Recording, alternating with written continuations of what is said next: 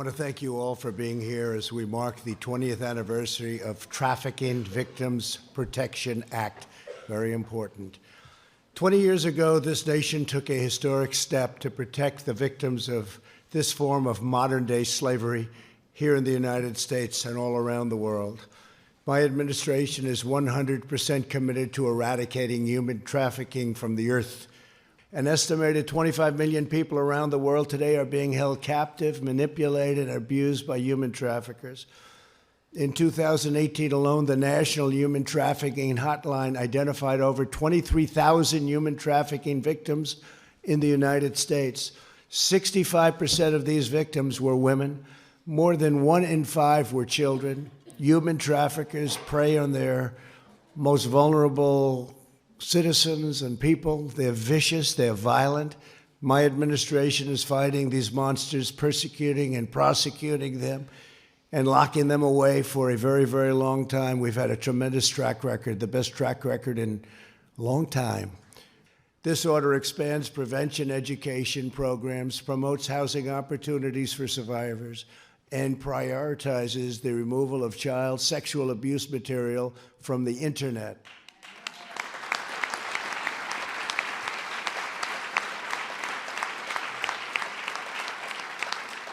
And furthermore, takes the vital step of designating a full-time position here at the White House dedicated solely to combating human trafficking, so people know how important it is.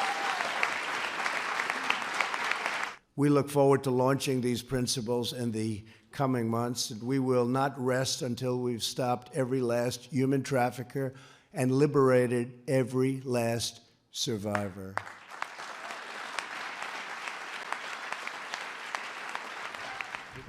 Thank you. See you. Great job.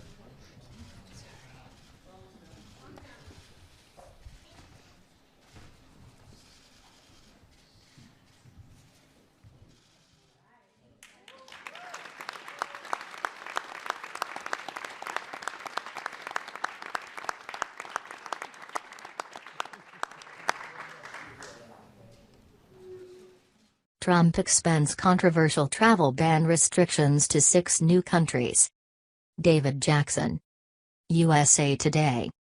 Washington. President Donald Trump's administration on Friday added 6 countries to the controversial travel ban he put in place early in his term, a move that could potentially trigger another legal battle in a highly volatile election year. Department of Homeland Security officials said the administration will suspend issuing overseas visas for nationals of Eritrea, Kyrgyzstan, Myanmar, and Nigeria. The agency said it would also place additional restrictions on Sudanese and Tanzanian nationals. The White House said the new countries failed to conduct proper identity management procedures or failed to comply with basic national security requirements. It is fundamental to national security, and the height of common sense, that if a foreign nation wishes to receive the benefits of immigration and travel to the United States, it must satisfy basic security conditions outlined by America's law enforcement and intelligence professionals, the White House said in a statement. The new restrictions will not apply to tourist or business travel, the White House said, but rather to visas that are issued to immigrants who intend to live in the U.S.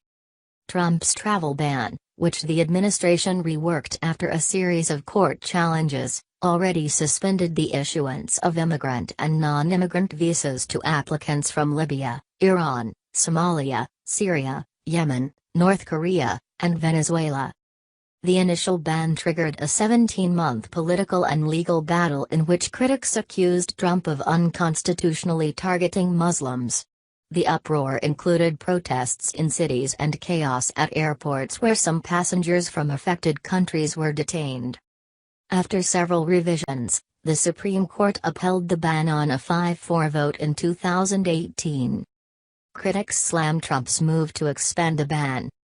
Reviving this ban, and the anti-Muslim sentiment in which it originated, is a violation of the values of human rights and human dignity, and it must be overturned, said Margaret Huang, Amnesty International USA's executive director. The policies this administration has enacted towards people seeking safety have been cruel, inhumane, Bigoted.